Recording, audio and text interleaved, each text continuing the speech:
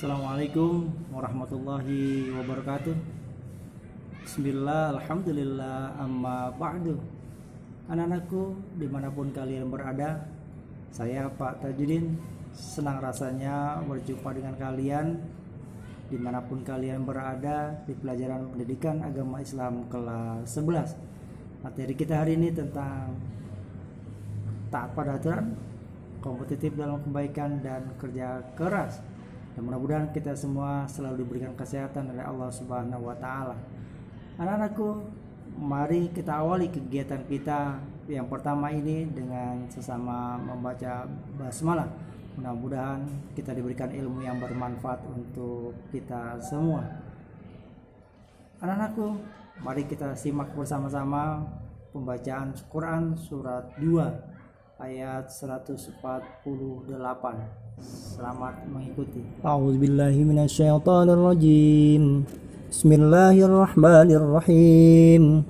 Walikulli wijhatun huwa muwalliha fastabiqul khairat. Aynama takunu ya'ti bikumullahu jami'a. Innallaha ala kulli syai'in qadir. Sadaqallahul azim wa sadaqa rasuluhun nabiyul habibul karim wa nahnu ala dzalika minasyahidin wasyakirin walhamdulillahi rabbil alamin. Demikian anak-anakku pembacaan ayat suci Al-Quran surat 2 surat Al-Baqarah ayat 148. Anak-anakku dimanapun Anda berada, dalam membaca Al-Quran kita harus pahami pula bacaan-bacaan ilmu tajwidnya.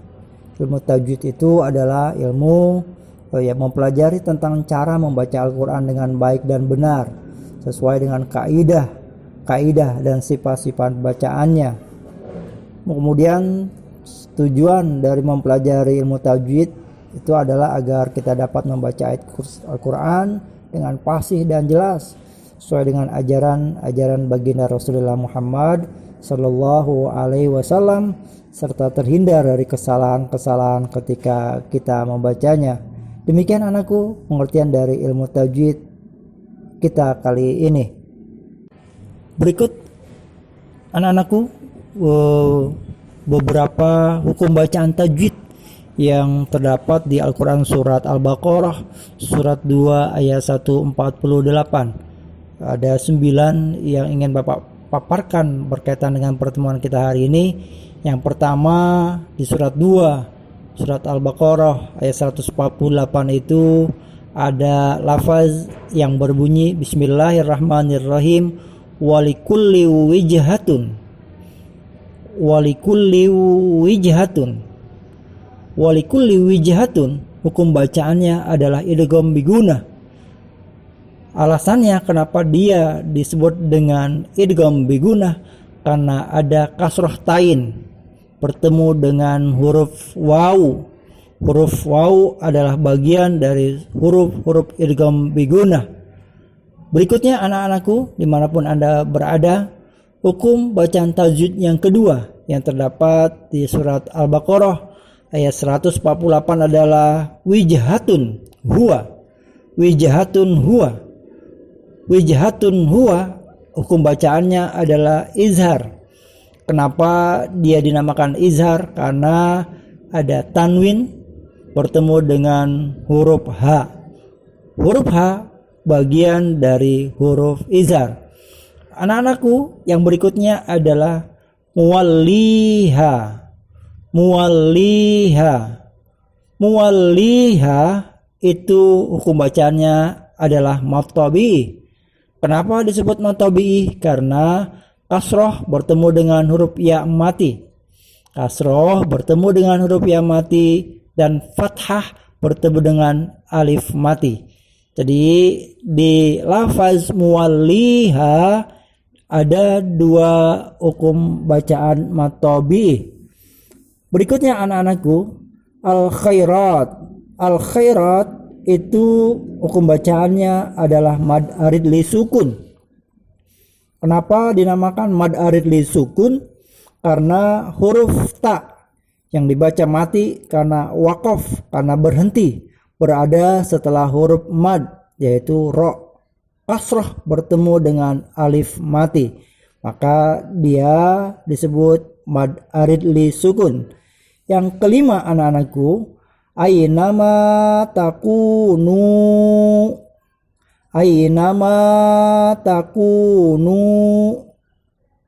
itu adalah hukum bacaannya matobi. Ainama, kenapa disebut matobi? Karena fathah bertemu dengan alif mati dan domah bertemu dengan waw mati. Jadi ada 3 hukum bacaan tajwid di lafaz ainama takunu. Berikutnya anak-anakku, jami'a. Jami'a itu mad iwad. Kenapa disebut mad iwad? Karena tanwin fathah dibaca waqaf, bunyinya berubah menjadi a. Berikutnya anak-anakku, inna. Inna, hukum bacanya adalah guna. Kenapa disebut guna? Karena nun bersyaddah atau bertasdid. Berikutnya anak-anakku, Allah. Allah itu mufham atau tebal. Kenapa mufham? Karena didahului huruf berfathah. Lafzul jalalah yang didahului oleh huruf berfathah, maka dia menjadi mufham, yaitu tebal. Yang berikutnya, syai'in qadir. Syai'in qadir itu ikhfa. Kenapa ikhfa? Karena tanwin bertemu dengan huruf qaf, dan huruf qaf adalah bagian dari huruf ikhfa. Demikian anak-anakku beberapa hukum bacaan tajwid yang terdapat di Al-Quran surat 2 surat Al-Baqarah ayat 148. Mudah-mudahan kalian bisa memahaminya dengan baik, dan untuk membuktikan bahwa kalian memahami dengan baik, silakan kalian simak berikut ini. Untuk menguatkan pemahaman kita tentang hukum bacaan tajwid yang terdapat di Al-Quran surat 2 surat Al-Baqarah ayat 148, silakan anak-anakku yang kami cintai dan kami banggakan untuk melengkapi poin-poin yang masih kosong. Jadi kalau kalian perhatikan di nomor 1 ada alasan yang belum terisi, maka silakan dilengkapi alasan kenapa dia disebut juga idgham biguna. Kemudian yang nomor 2, hukum bacaannya yang kosong. Cara membacanya ada, alasannya ada. Hanya yang belum terlihat adalah hukum bacaannya. Silakan dilengkapi kolom yang kosong tersebut. Berikutnya di nomor 3. Nomor 3, hukum bacanya ada, cara membaca ada, alasannya ada. Hanya silakan kalian beri garis bawah mana saja yang disebut dengan hukum bacaan matobi. Di nomor 4 pun al-khairat yang kosong kolom hukum bacaannya. Silakan kalian lengkapi itu. Berikutnya nomor 5 juga silakan dilengkapi kolom alasannya dari hukum bacaan yang ada di poin nomor 5. Kemudian nomor 6 yang kosong kolom hukum bacaan dan cara membacanya. Berikutnya nomor 7 yang kosong pun hukum bacaan dan alasannya. Poin 8 yang kosong cara membacanya. Dan terakhir nomor 9 yang kosong adalah kolom alasannya. Anakku, Bapak yakin kalian mampu melakukan itu. Silakan dikerjakan di buku tulis pendidikan agama Islam kelas 11. Mudah-mudahan ini menambah wawasan kalian dalam memahami hukum bacaan tajwid. Tetap semangat, tetap sehat walafiat, dan kita selalu berada dalam ridhonya Allah. Amin amin ya rabbal alamin. Selamat melengkapi bacaan hukum bacaan tajwid yang terdapat di dalam Al-Quran surat 2 surat Al-Baqarah ayat 148. Anak-anakku, dimanapun kalian berada, kita lanjutkan kajian kita tentang surat Al-Baqarah, surat 2 ayat 148. Anak-anakku, isi kandungan dari surat Al-Baqarah, surat 2 ayat 148 adalah yang pertama, bahwa masing-masing umat itu mempunyai kiblat untuk menghadap ketika menjalankan ibadah sholat. Katakan saja Nabi Ibrahim alaihissalam dan Nabi Ismail alaihissalam menghadap Ka'bah ketika mendirikan sholat. Kemudian kaum Bani Israel menghadap ke Sakhrah di Baitul Maqdis. Kemudian orang-orang Nasrani menghadap ke timur ketika menjalankan ibadah sholat. Kemudian yang kedua, kandungan surat Al-Baqarah ayat 148 adalah perintah kita untuk bergegas melakukan kebaikan dan berusaha sekuat tenaga agar setiap orang, setiap kita mau berlomba mencapai kebaikan. Kemudian yang ketiga, dimanapun kita berada, anak-anakku, Allah akan mencabut nyawa kita dan mengumpulkan untuk diperhitungkan seluruh perbuatan yang telah kita kerjakan. Karenanya demi kemaslahatan kita bersama, kita wajib berlomba dalam kebaikan. Fastabiqul khairat. Kemudian yang terakhir, anak-anakku, sangat mudah bagi Allah untuk mengumpulkan kita besok di hari pembalasan, sekalipun letak kita saling berjauhan. Demikian beberapa kandungan dari surat Al-Baqarah, surat 2 ayat 148.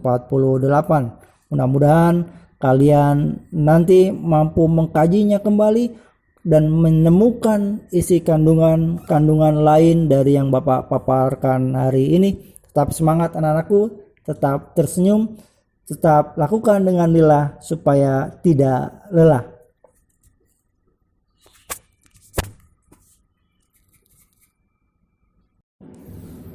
Berikutnya anak-anakku, bagian akhir perilaku yang terkandung yang terdapat di Al-Quran surat 2 surat Al-Baqarah ayat 148 adalah pertama adalah membuat target dalam kehidupan sehari-hari untuk kita melakukan kebaikan dan kebaikan.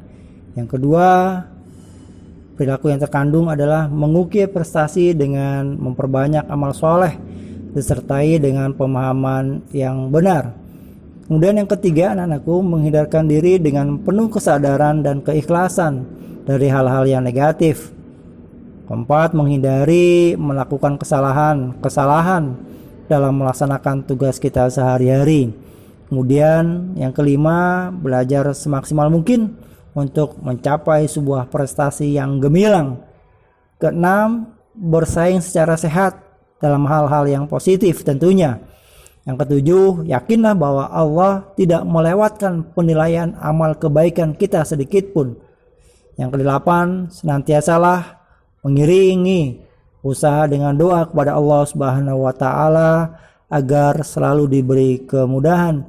Dan terakhir, menghormati kedua orang tua, guru dan teman kita. Itu perilaku yang terkandung di Al-Quran surat Al-Baqarah ayat 148. Demikianlah anak-anakku pertemuan kita hari ini. Mudah-mudahan kita diberikan kesehatan selalu oleh Allah dan kita selalu berada dalam kumpulan orang-orang soleh. Amin, amin ya rabbal alamin. Sampai ketemu kembali di pertemuan kita berikutnya. Billahi taufiq wal hidayah. Assalamualaikum warahmatullahi wabarakatuh.